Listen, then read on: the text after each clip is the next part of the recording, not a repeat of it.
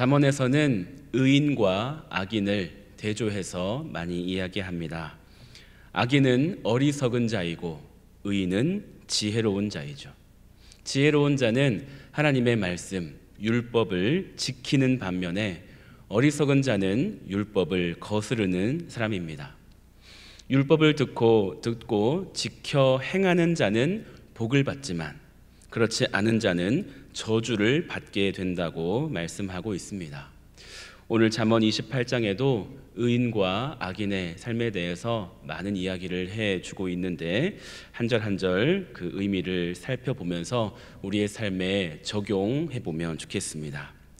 1절 말씀에는 악인은 쫓아오는 자가 없어도 도망한다라고 했습니다. 옛말에 그런 말이 있죠. 도둑이 재발절인다.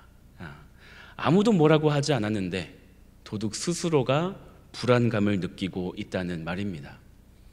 마찬가지로 죄를 지은 사람은 누가 고발하지 않아도 자신 안에 있는 양심이 그를 고발합니다. 옆에 있는 사람의 기침 소리만 들어도, 우리 집 초인종만 울려도 불안해하죠. 놀랍니다. 이것이 바로 죄 지은 사람이 겪게 되는 죄책감입니다. 붙잡혀 갈까 불안하고 염려가 돼서 잠도 잘 못 잡니다. 하지만 의인은 잘못한 것이 없기 때문에 언제나 담대합니다. 경찰 옆을 지나갈 때 여러분 혹시 불안하십니까? 경찰 옆에 지나가면 막 떨리세요?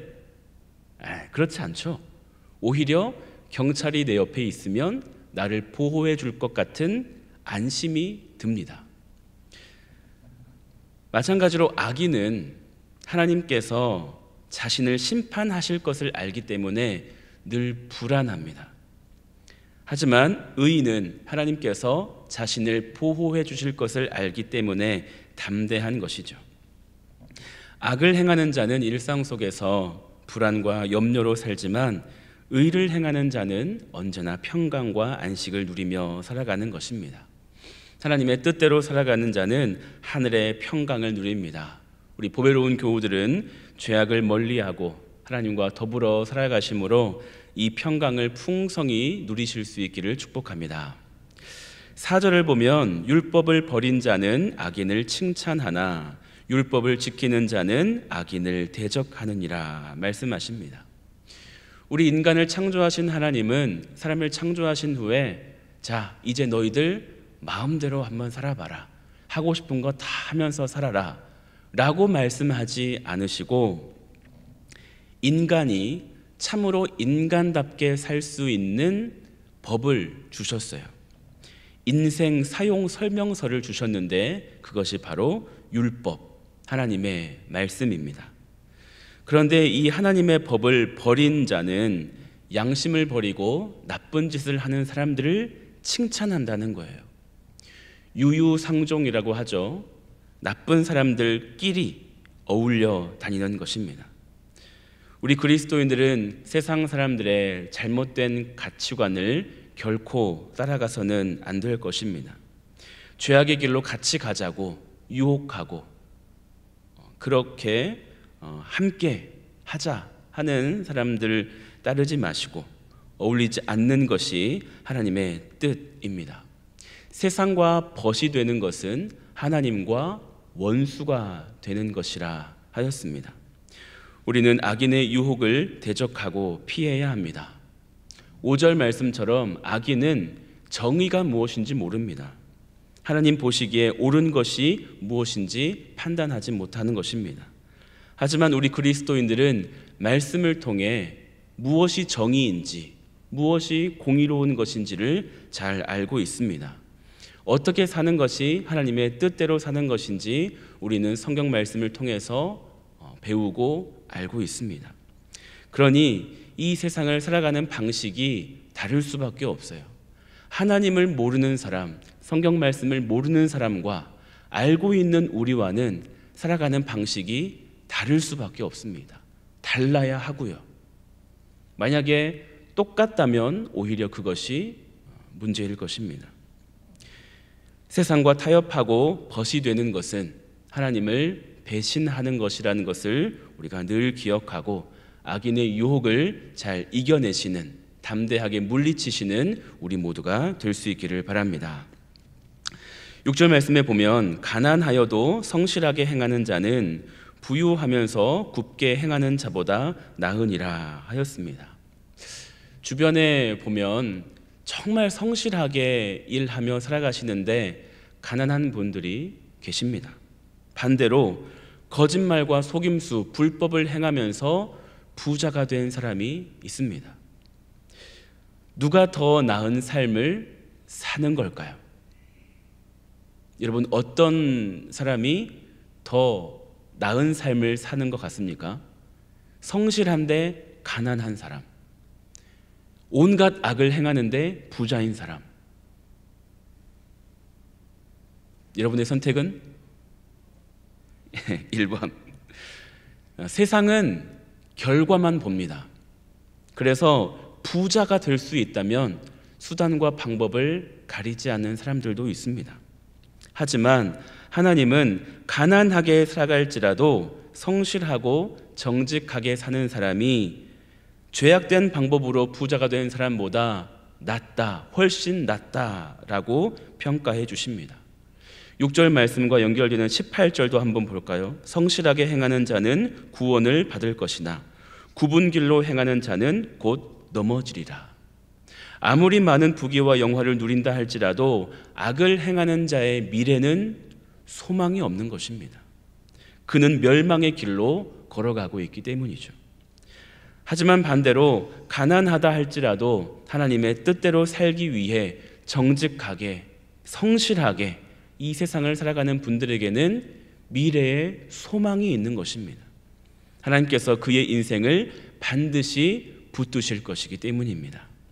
의인이 가진 소망은 하나님께서 반드시 이루어 주시지만 악인이 가진 소망은 하나님이 끊어버리십니다. 따라서 우리는 불의한 방법으로 부귀 영화를 누리는 것보다 가난하게 살지라도 믿음으로 의롭고 하나님 앞에 부끄럽지 않은 삶을 살아가기를 힘쓰는 우리가 되어야겠습니다. 9절 말씀을 봅니다. 사람이 귀를 돌려 율법을 듣지 아니하면 그의 기도도 가증하니라. 사람이 하나님의 뜻과 방법대로 살아가는 것에 아무런 관심이 없고 자기의 계획과 뜻만 이루어지기를 고집하면서 하나님께 자기의 기도를 제발 좀 들어달라고 하는 것은 하나님 보시기에 가증하다는 거예요.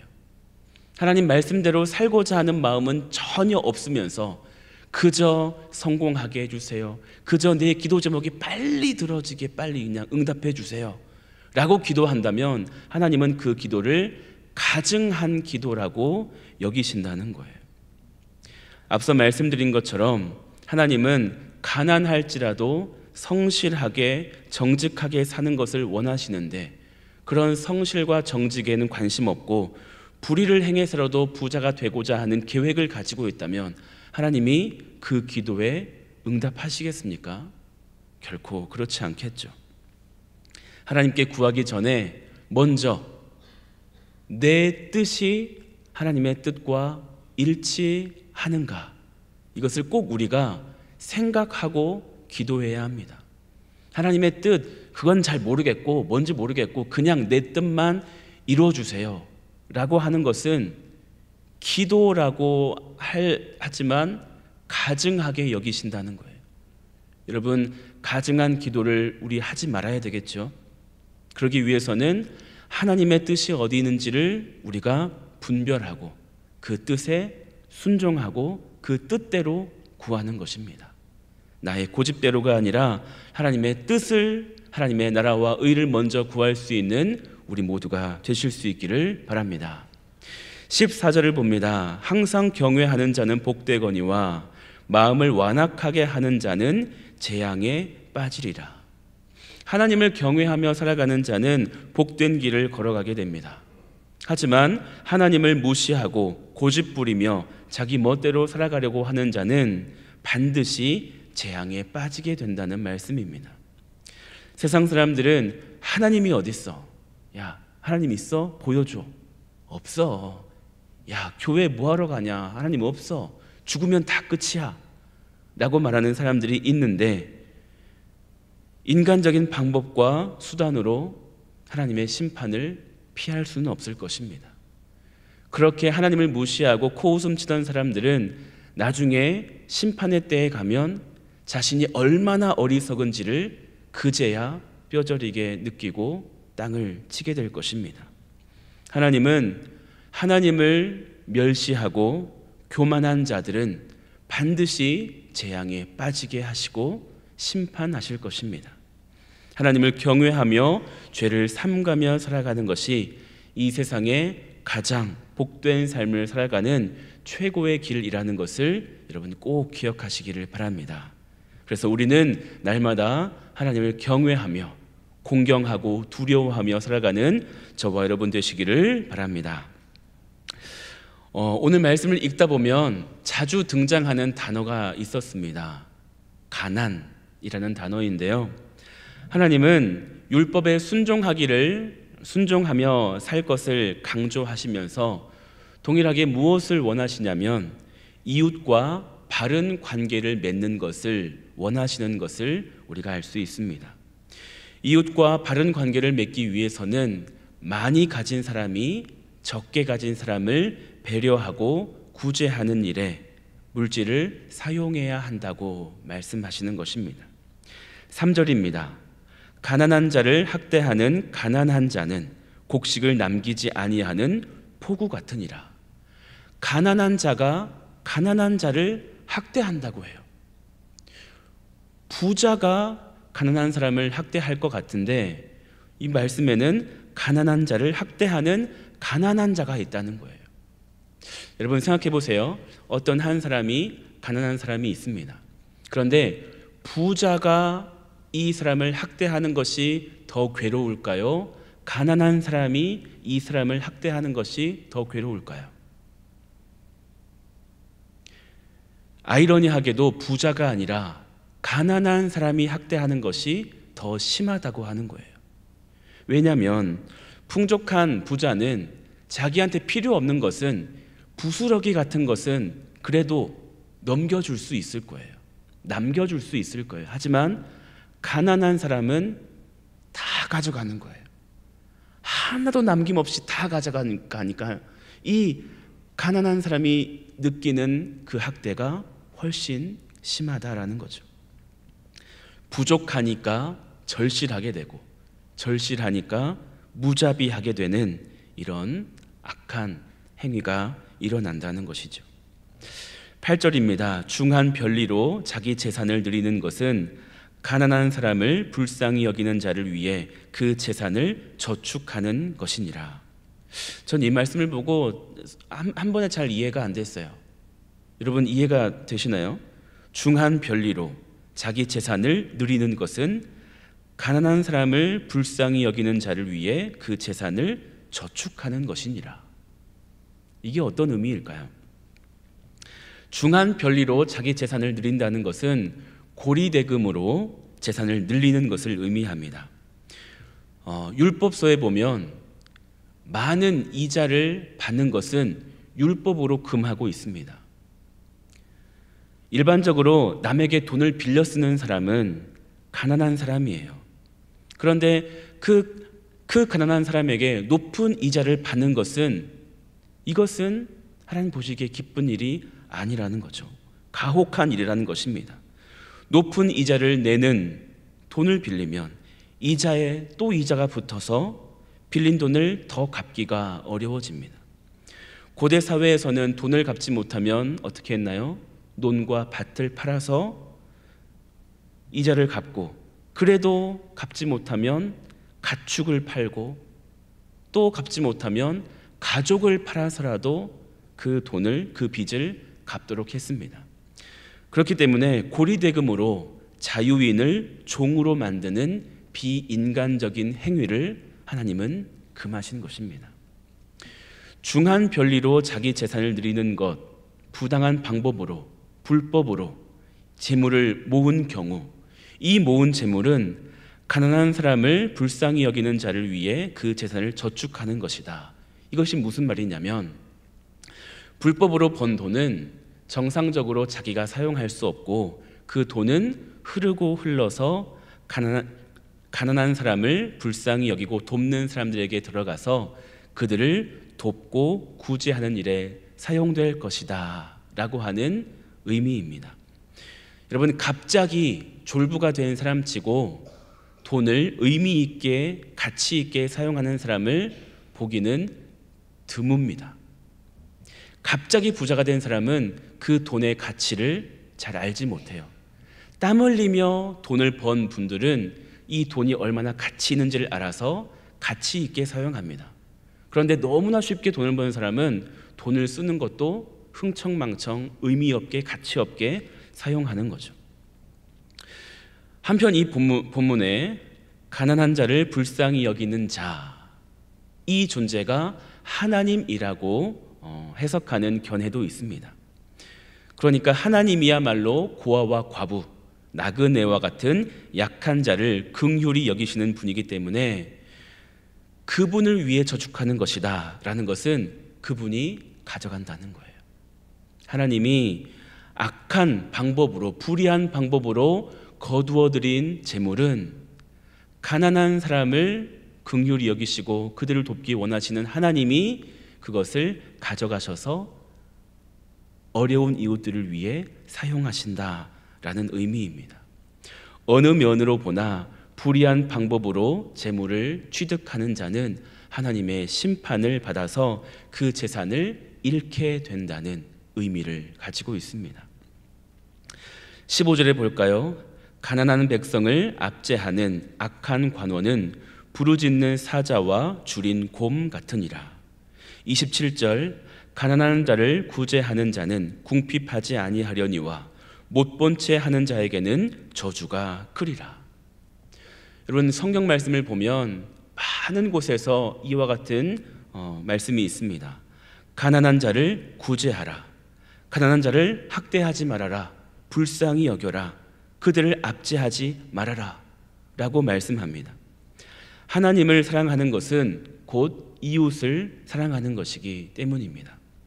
마태복음 22장 37절부터 40절 말씀에 보면 예수께서 이르시되 네 마음을 다하고 목숨을 다하고 뜻을 다하여 주 너의 하나님을 사랑하라 하셨으니 이것이 크고 첫째 되는 계명이요 둘째도 그와 같으니 내 이웃을 내 자신같이 사랑하라 하셨으니 이 두 계명이 온 율법과 선지자의 강령이니라 하셨습니다.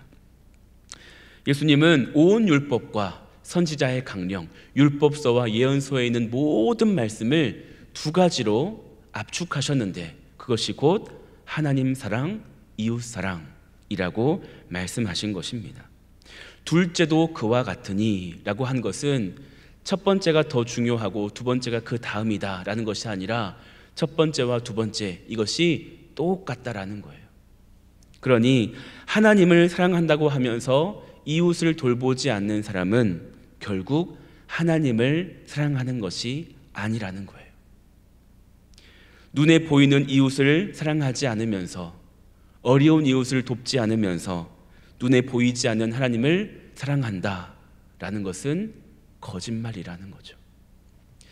여러분, 하나님은 가난한 자, 학대받는 자, 노예, 종 이들의 하나님이신 것을 우리가 기억해야 됩니다.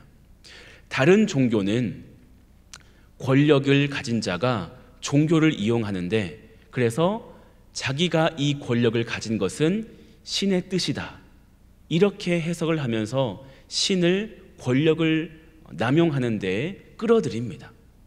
그런데 기독교만큼은 하나님만큼은 권력자의 하나님이라고 하지 않으셨어요.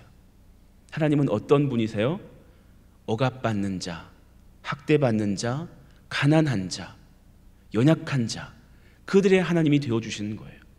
그렇기 때문에 출애굽할 때 학대받는 그 종들, 노예들을 끌어내서 그들을 구원하신 거죠. 다른 이방 사람들은 그것 자체를 놀랐을 거예요. 아니, 불쌍한 자, 노예들을 위한 신이 있다고? 그런 신이 어디 있어? 모든 신은 권력자들을 위한 신인데 라고 하는 그런 상황 속에 노예들의 신, 노예들의 하나님, 이것은 하나님의 특별한 사랑이에요. 그래서 우리가 하나님을 사랑한다라고 하는 사람들은 눈에 보이는 어려운 자들을 만났을 때 도움의 손길을 베풀어야 합니다. 그래야 나는 하나님을 사랑하는 사람입니다 라는 것이 증명되는 것입니다. 오늘 여러분의 생활 속에 만나게 되는 어려운 이들이 있다면 못 본 채 하지 마시고, 저주가 크다 그랬잖아요. 못 본 채 하지 마시고 작은 것이라도 도움의 손길을 베푸는 오늘 하루 살아가시기를 바랍니다. 마지막으로 26절을 봅니다. 자기의 마음을 믿는 자는 미련한 자요, 지혜롭게 행하는 자는 구원을 얻을 자니라. 세상에 가장 믿을 수 없는 게 인간의 마음이라 그러죠. 나도 내 마음을 믿을 수가 없는 것 같아요. 다짐해도 이 다짐을 잘 지킬 수 없는 게 연약한 우리의 마음이지 않습니까? 상황에 따라, 형편에 따라 수시로 변하는 것이 인간의 마음이기 때문에 인간을 믿으면 실망할 수밖에 없어요. 여러분, 사람 믿지 마시기를 바랍니다. 모두를 의심해라 그런 말은 아니지만 사람을 100% 믿지 마세요. 왜냐하면 실망하게 되어 있기 때문이에요. 우리가 100% 믿을 대상은 누구이신가요? 하나님이에요. 하나님은 믿으면 믿을수록 기쁨이 가득하게 되고 실망하는 경우가 없습니다. 하지만 사람은 의지할 대상이 아니라는 거예요. 그러니 자기의 마음을 믿는 자는 미련한 자라는 거예요.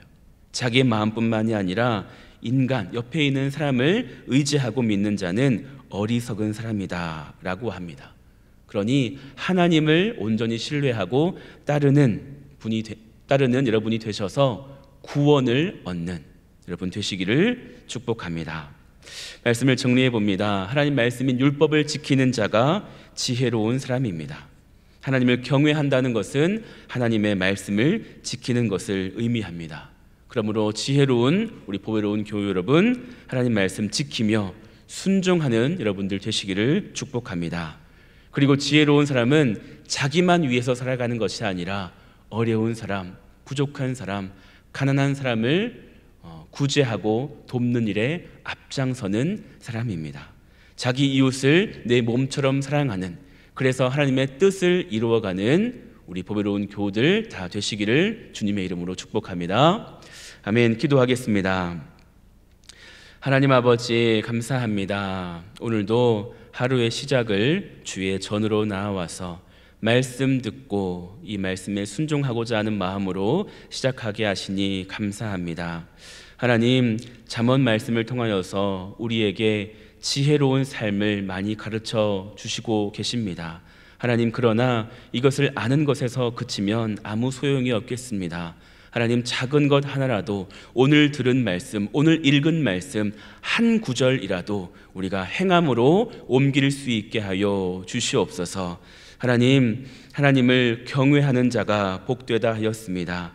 우리가 늘 내 곁에 계시는 하나님을 인식하며 살아가게 하시고 늘 주님을 공경하고 두려워하며 말씀에 율법에 순종하는 삶을 살아가게 하여 주시옵소서.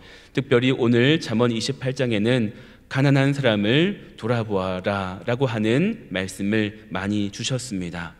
우리 곁에 나보다 형편이 어려운 이들, 부족한 사람들이 많이 있습니다. 그런데 보면서도 못 본 채 하고 무시할 때가 솔직히 있었습니다.